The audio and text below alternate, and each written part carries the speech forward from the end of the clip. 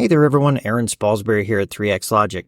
Today I'm going to be showing you how to export footage off of your 3xLOGIC NVR, DVR, or even all-in-one camera, as actually the process is the same across all three of these platforms.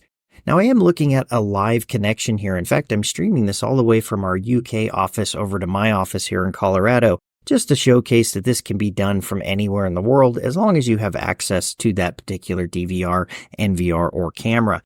Now I'm going to go ahead and come up here and hit the search button. I've gone ahead and searched for just simply the last hour worth of footage, and in this case I want to see playback from the front car parking lot here.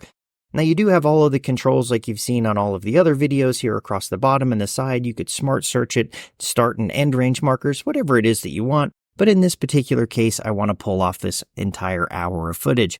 The icon that we're after today is going to be this little manila folder with the red arrow jumping out of it. It says save still image or motion video. And when I click it, I get a few options here. I've got still image, either a bitmap or a JPEG, but I'll show you something kind of unique about this. In fact, if I click off of it, and let's say, for instance, I were to zoom in on perhaps these cars over here, go back and reselect that icon, well, now I have the option for both current as well as a full-size image.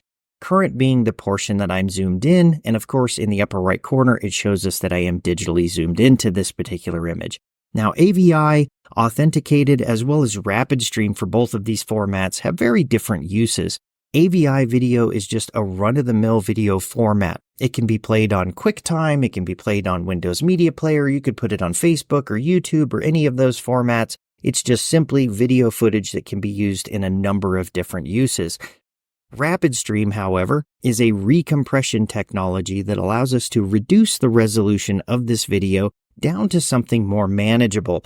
For instance, let's say you had an hour-long video that you wanted to show somebody doing something, but yet you wanted to email it, and of course the high-definition video is too large to email. You can use RapidStream to reduce that resolution, thus reducing the file size and making it emailable.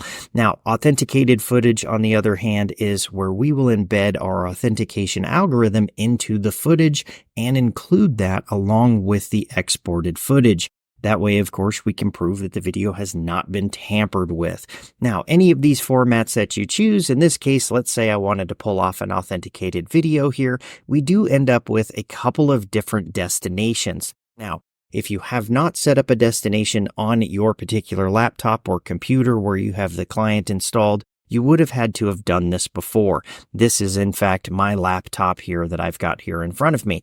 And of course, we can come in here, we can create new folders, all of the typical Windows stuff I'm sure you're already familiar with.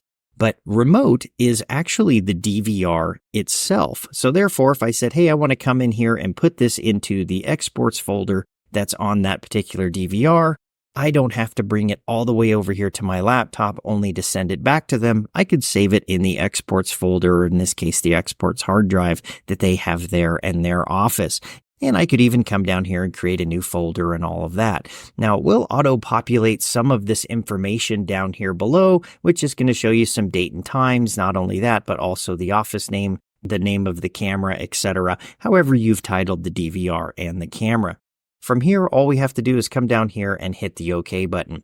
From this point, this video is going to start being loaded onto that particular area. You'll have a Windows bar. It'll say waiting to export here shortly. It'll start exporting it. There you go, and it's finished this particular export, and this is now located on their particular DVR. From here, I could go back and browse through it or do really anything that I wanted to. I even pull it off of the DVR by dragging and dropping, just typical Windows types of exporting. But that's all that it takes to export footage off of any of our platforms that we have here. Thanks for watching here today, guys. We'll see you on the next video.